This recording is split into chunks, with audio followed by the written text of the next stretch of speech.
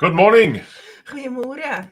And this morning is all about retraining your brain money-wise. This is one thing I still see a lot of my clients, myself included, sometimes struggle a lot with. So did you struggle with money?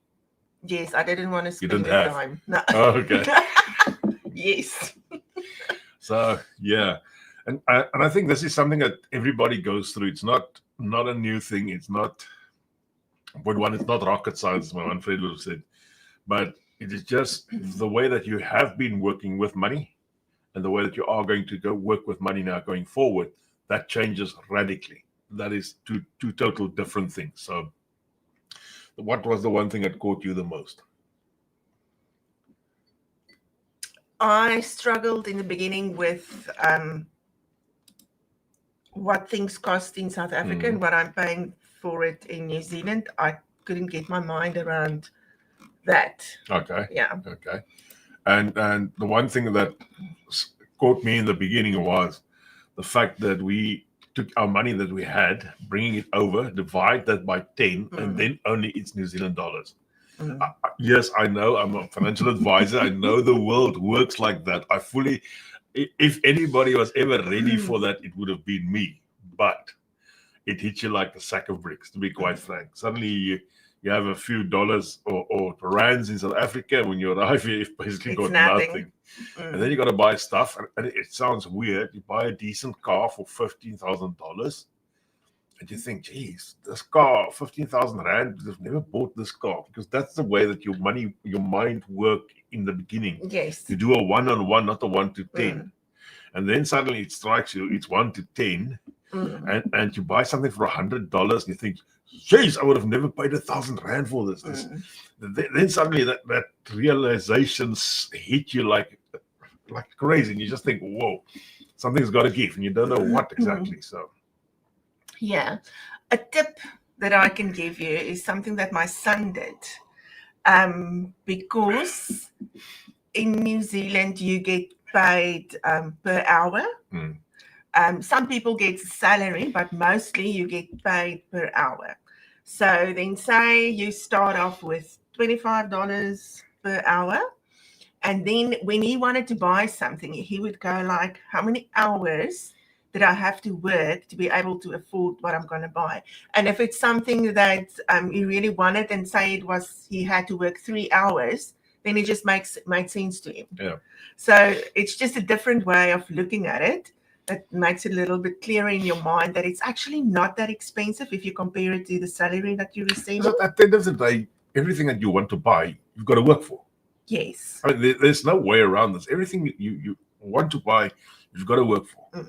So let's say a cup of coffee. So that'll be 15 minutes of work. Is it worth it? Yes or no? Now you got to start thinking. If you took the same cup of coffee and you bought the whole tin, which is about an hour's work, let's say that, about an hour's work, but then you would have had 100 cups of coffee. Yeah, you tend to learn to think differently about things. And then the other thing about money that hit my brain crazy, and sometimes I see a lot of my clients still struggle with that, even years down the line, is the way that you get paid and the way that you must pay. So, for instance, if you got a rental, you pay per week. Yes. Yeah, they will allow you to pay per month, but that's a lot of negotiation to get around that. But there's an easy reason behind that. Some months it's got 5 weeks. So in a normal month, you'll pay 4 times. In a longer month, you'll pay 5 times. Yeah, obviously school. And then you get paid. Some people get paid per week. I know a lot of tradies get paid per week, but a lot of tradies also get paid per fortnight. That's every 2 weeks. Yeah. The one thing that is scarce is those people that gets paid per month. That's most probably more your type of bookkeepers, accountants, the guys that's earning the big money. So they only have money once a month. Well, all the rest of the world. But then you also lose out, because if you get paid per week and the month has got 5 weeks, you get 5 salaries. What they do in New Zealand, they work on a yearly salary. So let's say you earn what's an easy amount? $60,000 per year. That'll mean $5,000 per month. Or if you divide the 60 by 52, okay. So that's the amount really per week. They're not really scoring. But I think you're actually losing if you pay per week. That is to be quite frank. No, you are, but everyone wants you to pay. Everybody wants you, and that's the way they do it.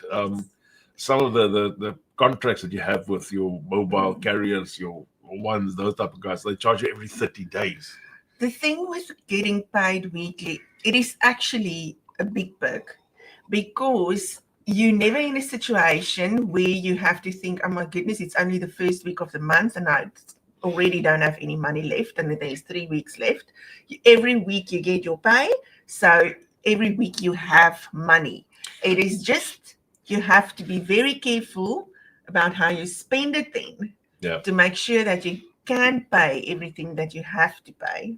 That's a good morning to Vanita. Also saying she's better to be paid weekly or fortnightly, most weeks to be paid. Yep. It's always a better thing. As what Mariska described actually now is, if you get paid monthly, you broke once a month. And if you get paid weekly, you broke 4 times a month. No, man. That's my thoughts. Okay. It's just, I know, it's easy on you to think, never mind, it's Thursday, I get paid on Tuesday or whatever. So it's it's the mental thing, but yes, it just kind of makes it a little bit easier. One thing that still catches me, when you invited somebody to the restaurant for coffee or something, in South Africa, it was a big thing to you, the invitee, paid then for whatever they consumed in there. But here it's nothing. You go to the counter, you pay for your coffee or whatever you want to have. Sandwich, no one expects you to pay. No, it's a different culture. Yeah, but it feels unhospitable. Unhospitable. Whatever. Feels cock. Yeah. That's Afrikaans. Vanita will understand that word, by the way. The thing is, you invited these people, and now half and half. But what I expect them to pay for their own stuff. No, but what I do, if I invite someone for coffee, you I just can say, "I'll shout you a coffee." Yeah, what would you like, and I'll pay for it. And the same with the companies that take us out. I let them pay because they've got the budgets to work around it. They must spend that money. Yeah. So, Yeah, it is different. It's different, but you get used to it very quickly. So if you're listening this morning, please tell us what caught you out money-wise, except the fact that you arrived with too little. I think everybody arrives with too little. I know very, very few people. I know a lot of people. I know very few people who arrive with enough money. Even those that arrived with, I thought was a lot of money, even they are complaining and saying, "Yeah, we don't know. So, Celine Carmen said, it doesn't matter in New Zealand, even if 10 weeks a month, there's not enough. Cost of living is just too high. Coffee restaurant, really, people have money for this. After the rent, this bugger all left." Yeah, depending on what you do. And so rents are one of those things. It takes a large chunk of your money. And it's something that you have to get used to. I mean, most of the South Africans coming to New Zealand has got or was the owner of a house in South Africa. So you repaid the bank, your mortgage, and after a certain amount of years, this house will be yours. But when you arrive here, point one, your visa doesn't allow you to buy a house because most people are on a work visa, which doesn't allow you to buy a house. Or if you can buy a house under that, the circumstances are quite hectic. And then you get residence, then you're allowed to buy a house. And once you buy this house, you have to put down a large deposit. It's not like in South Africa where you can get 105% mortgage. While here, to get a 90% mortgage is quite hectic. Difficult. That's difficult. The norm is 80-20. Yeah, so you have to save up for. You have to save up, and for that period of time, you have to pay rent to somebody else, pay somebody else's house. What Vanita is saying there is a very valid point. She says we suffocate her. That's a very nice way of putting it. At parties, we don't ask people to bring a plate to a party. And I think that is probably, it is how we are used to doing it. And we are very hospitable people. Yes, it's a difficult word. It is. So we tend to do that. We always do that. We never ask people to bring a plate, but you don't have to. It's actually the norm to have a party and ask people to bring a plate. Okay. So you can save a lot and still have a good time. So if we have a bring and braai, for the Mm. people who don't know, it's when you bring your own meat to the party. Isn't that asking people to bring a plate? No, you just bring your own meat. You still provide the bread and the salads. But these days, I see the girls get together, and the one says, "I'll bring a pudding," and that one says, "I'll bring the salad," and that But one. that's the thing. What I wanted to say is, it is different. Even your braais are different. No, I fully agree with that. Yeah, everyone knows you don't have the budget to buy everyone's meat and to supply just everything there. So people tend to ask, what can I bring or whatever, and don't feel bad to say, please bring a potato salad, or would you make the pudding or whatever. It is just the norm in New Zealand. So the big thing here, the lesson to be learned today is when you're at the party and you taste something that somebody has brought and it's very, very nice, find out who made that stuff. Yes. And the next time you have a bring and braai, you invite them. You invite those people, they ask what they can bring, you say that thing. Because then you know you've got quality on the table. Yeah. I mean, test it and try it. So. But don't feel, and maybe that is why people sometimes struggle to make friends, because they feel that they don't have the budget to entertain people. But you don't have to in New Zealand. You just say, bring a plate means is you can bring whatever you want. So everyone brings something to share to eat, and then everyone just eats together. So you're only responsible for one dish or whatever. Yeah. No, it's interesting, and money is always will be, always have been, and will always be, even from the time of the Egyptians. It was a problem, and the lack of money is always a problem. So for me, I think once you've arrived here, and I know people, we in South Africa, we had a certain, how can I say, we had a certain stand to where we were in the community, and that's a South African thing. You want to drive the Hilux bakkie because that is what people think you should be doing. You want to live up in Plattekloof because that's where people think you live, and people will think you're rich, but they don't know it costs a hell of a lot of money. And the amount of hijackings there are in Plattekloof. Yeah, it's one of those things. And suddenly those people arrive here, and I want to say most of us is like that.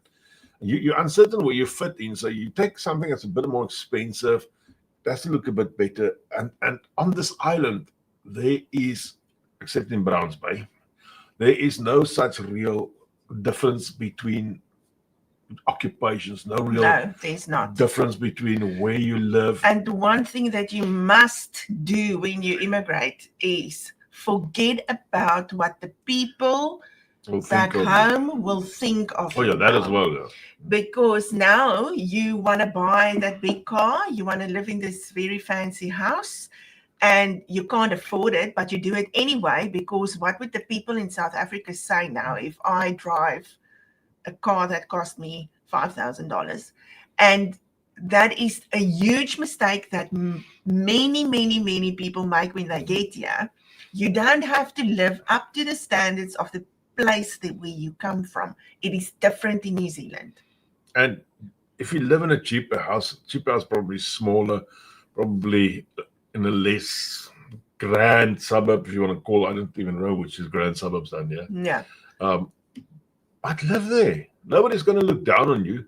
The thing is, what you need to do is live as cheap as possible, so that you can save some money to buy your own home or to save for your retirement.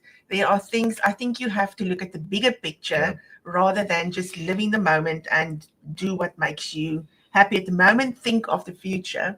Because if you think, let's say somebody arriving here at the age of 35 about, they would have been the owner of a house in South Africa. Probably. So they would have, let's say, paid down for the last 5 or 6 years. They would have really been 14 years less or 14 years left on the bond. Yes. For their mortgage. And now suddenly they arrive here, they have to save up for about 5 years just to get the bloody deposit. And now there's another 20 years waiting for them. So at age 40, they're looking at 60 or 65 before they've even finished their mortgage on the one house. And what is the thing that everyone then do? I'll never be able to buy a house. So they just give up like that. And don't give up, guys. I've talked to a lot of people who said to me they'll never be able to afford their own house, and we've made a plan for them. So if you want to talk to somebody, get hold of us, of me, and I'll. And there are ways and means of buying a house. If you are really struggling, and if you talk to a mortgage advisor, a good one, we can recommend a very good one. He will probably give you some tips or some tricks in the book of what he can do for you and how you would be able to. It's all legal, yes. But in your head, maybe it just feels it's never going to happen. And maybe it is more possible than you think. Yeah. And one thing you got to get your mind around in New Zealand. I know this was a thing in South Africa. It's not a thing here, and that is debt. Credit cards, don't use them. Afterpay, don't use them. Sorry, Afterpay people, don't use Afterpay. It may sound like an easy way to get out or to get something now and then pay it over 4 or 8 times. Don't. Gem cards, don't. Why would you want to pay somebody 20% more on the same product you already bought? I remember my first credit card I had in South Africa. It wasn't a big one. I think it was 3,000 Rand from Hapsa, as I used to call them. The one thing is, I had this credit card. I don't know what really to do with it. There was no need for me to have the credit card, actually. And I went out and bought a lot of shit. Because you had the card. Because I had the card. So I spent the 3,000 Rand, and now I started repaying them. I had somewhere a diagram of how much I repaid them. By the time I've repaid them, the stuff that I bought was already broken. So was it worth it? No.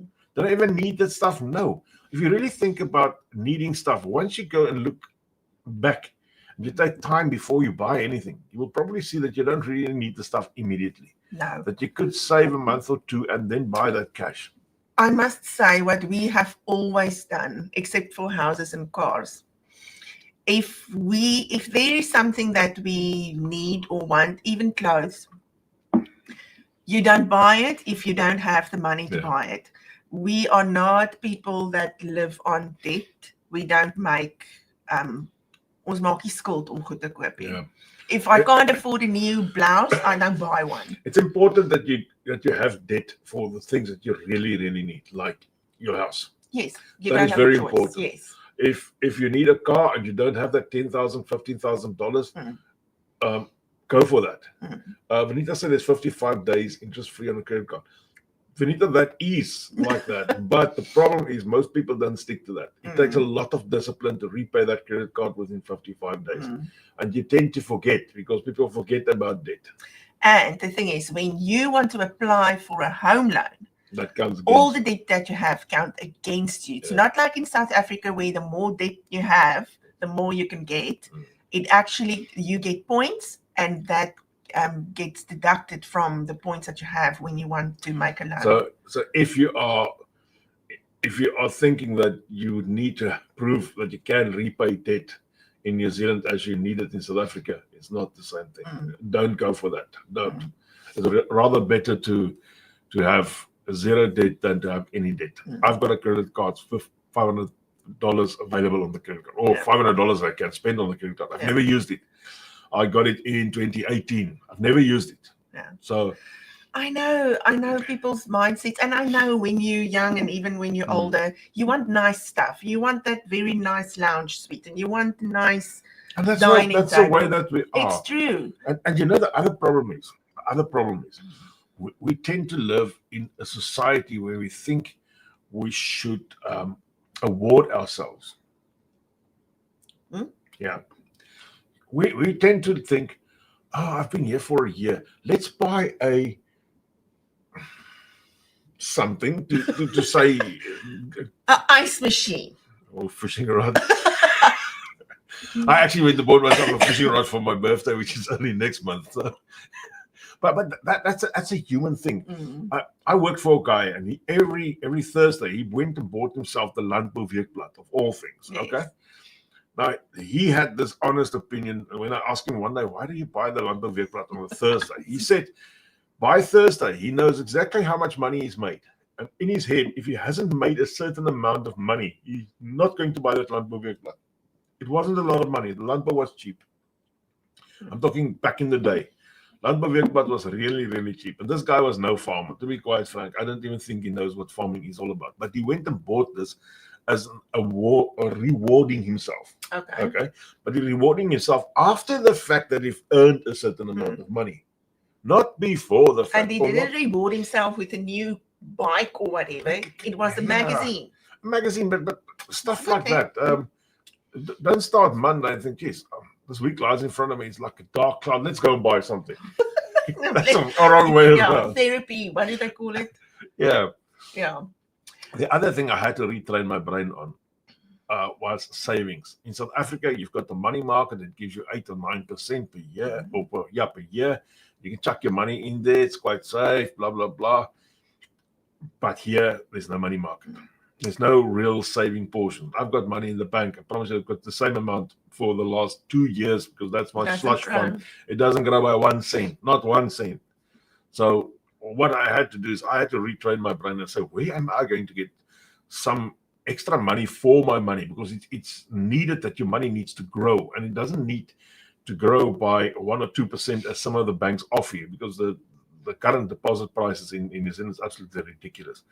So I had to retrain my brain and go and look for sites and places where my money would grow. And I suddenly was stuck in an area where there's no retirement annuities.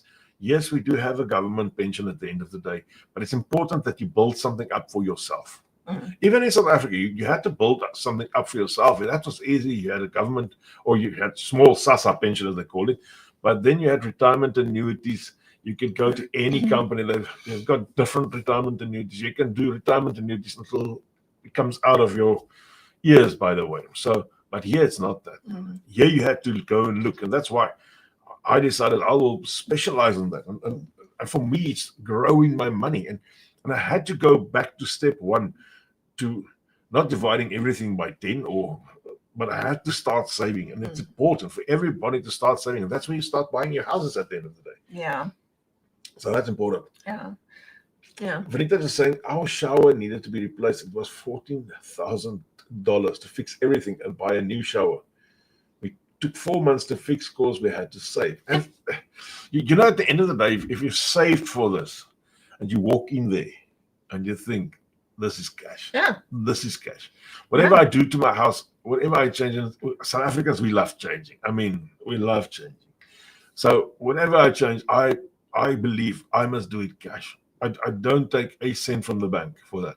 It's just useless to repay something over a long period of time that you've already now changed. And would you rather for 4 months shower in the other shower? Yeah. Or in a different bathroom and until you have money, or would you now make?